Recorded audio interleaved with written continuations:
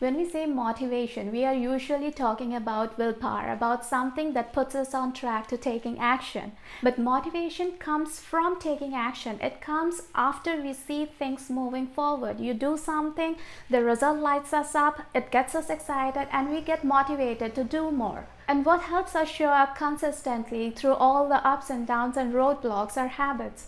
Because habits make taking action easier than not taking action. And with the right habits in place, it gets easier to stay motivated and get things done. So let's get straight to the habits that make staying motivated just something you do. The first one is to get into the habit of procrastinating. Just like physical pain, our emotions are meant to trigger some kind of action, like removing ourselves from harm's way or doing something that would make us feel better. When we feel like procrastinating, don't feel motivated enough to take action, it's actually trying to tell us something. Maybe things are getting boring for us and so we are looking for a change or some excitement. Or maybe we are getting worried about the bulk of the work that has to be handled, and so it's telling us to break it up into manageable chunks. Or maybe we are worried at some level that we won't get the results we are expecting, and so it's telling us to get our confidence up or get relevant help or to skill up. So we need to deal with this the right way, get in the habit of procrastinating the right way. Just like it's important to manage daily stress so that we don't end up feeling overwhelmed, when we let ourselves shift tasks for a bit later and do something that makes us feel good, it helps us recharge, feel refreshed, and get motivated enough to act on what needs to be done. When we let our desire for something new or something enjoyable play out a bit, it helps us get recharged to start taking action.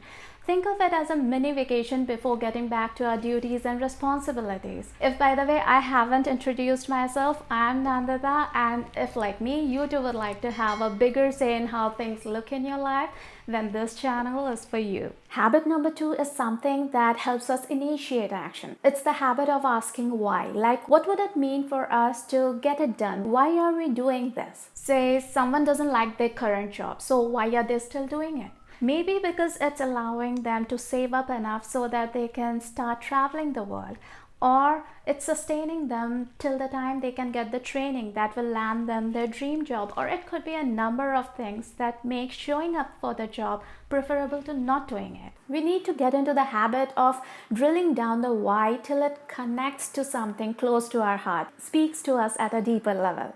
To get motivated to show up, we need to know how it's going to help our life move, no matter how directly or indirectly, in the direction we want it to move. This brings us to the third habit, that of chalking out an action plan. See, getting motivated is only half the battle. The real trick is staying motivated to take action consistently. That's what gets us to the end goal, whether it's about exercising daily or getting some job done or getting better quality of sleep at night. The key is to look at everything as a project assigned to you. By the way, if you're finding this helpful, like the video to keep it handy and also make it easier for it to reach other people who might find it useful. Appreciate that. Okay, so when we look at anything as a project to be handled, we first find the end goal to set direction for our actions. Then we figure out which actions will take us there. We then break these up into chunks that are the right mix to keep things interesting, neither overwhelmingly tough or so easy that it bores us out. In an interview, neuroscientist Dr. Andrew Huberman explained how dopamine, one of the neurochemicals that helps us stay motivated, helps us feel motivated, is released more from the anticipation of a result. That means that the habit of taking the next step keeps us showing up, essentially get motivated to reach the end goal. And acknowledging and applauding every small win along the way really helps us stay motivated in the long run. But we can't plan action into a day that's already chock full of to-dos, must-dos, and need-to-dos. So the next habit that creates space for taking action effectively to get excited and motivated to take the next step is the habit of prioritizing. When we focus on things based on their priority, whatever we can fit into our day makes us feel productive at the end of it, because we are no longer spinning, doing a bit of everything without actually getting anything done, without actually finishing anything. So when we do things based on how important they are, we are able to complete them, feel the value of our effort, and the feeling of accomplishment it brings gets us motivated to take further action.